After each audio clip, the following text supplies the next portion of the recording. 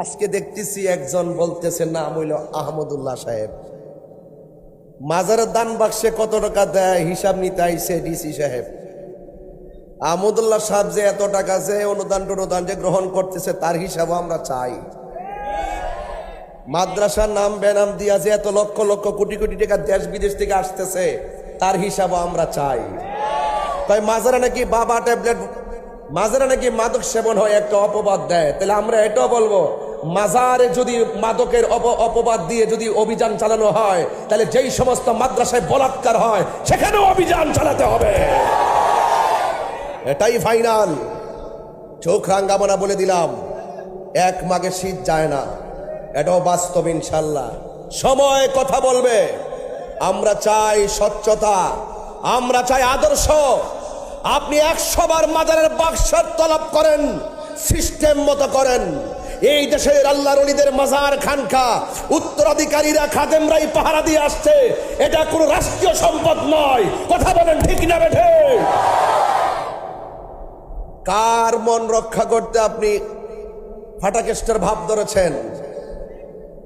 আগের দিন আপনি এসে 700 বছরের রেকর্ড ভেঙ্গে মাজারের টাকা আপনি ভিন্নভাবে তদারকিতে নিয়ে আসলেন, পরের দিন আপনি প্রত্যাহার হয়ে চলে গেছেন। অপশক্তিরা এরকমই করে, তারা একটা এজেন্ডা বাস্তবায়ন করার জন্য 10 বছর অপেক্ষা করে, 10 বছর অপেক্ষা করার পরে তারা সেই এলাকা ছেড়ে চলে যায়। এই ইতিহাস আমাদের জানা আছে।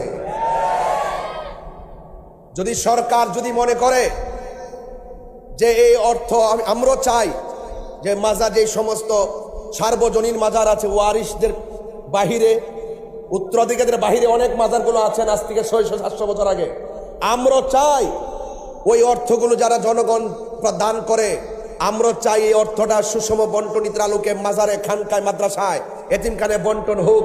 কিন্তু যদি ভবিষ্যতে শোনা যায় যে এই বাক্সের টাকা নিয়ে ওই অপশক্তিরা যারা মাজারে দান করাকে শিরিক বলে, যারা মাজারে মান্নত করাকে শিরিক বলে, যারা মাজারে জিয়ারত করাকে পূজা বলে, ওই সমস্ত মানুষের খপ্পরে পড়ে যদি মাজারের বাক্স সিলগালা করা হয়, এটা যদি প্রমাণ হয়, ইনশাআল্লাহ টুকে টুমরো এই সুন্নি জনতা সিলগালা ভেঙ্গে খালের মধ্যে ফেলে দেবে ইনশাআল্লাহ।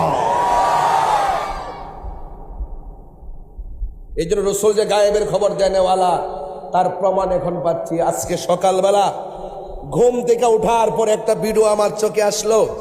আহমদুল্লাহ সাহেবরে বলা হচ্ছে যে ইয়াজিদ সম্পর্কে কিছু বলেন। তিনি বলতেছেন যে ইয়াজিদকে মুনাফিক বলা যেতে পারে, দুষ্ট বলা যেতে পারে, চরিত্রহীন বলা যেতে পারে, হয়তোবা তার বিচার ইনসাফ হয় না বলা যেতে পারে। আহলে সুন্নাত ওয়াল জামাত ইয়াজিদকে কাফের মনে করে না।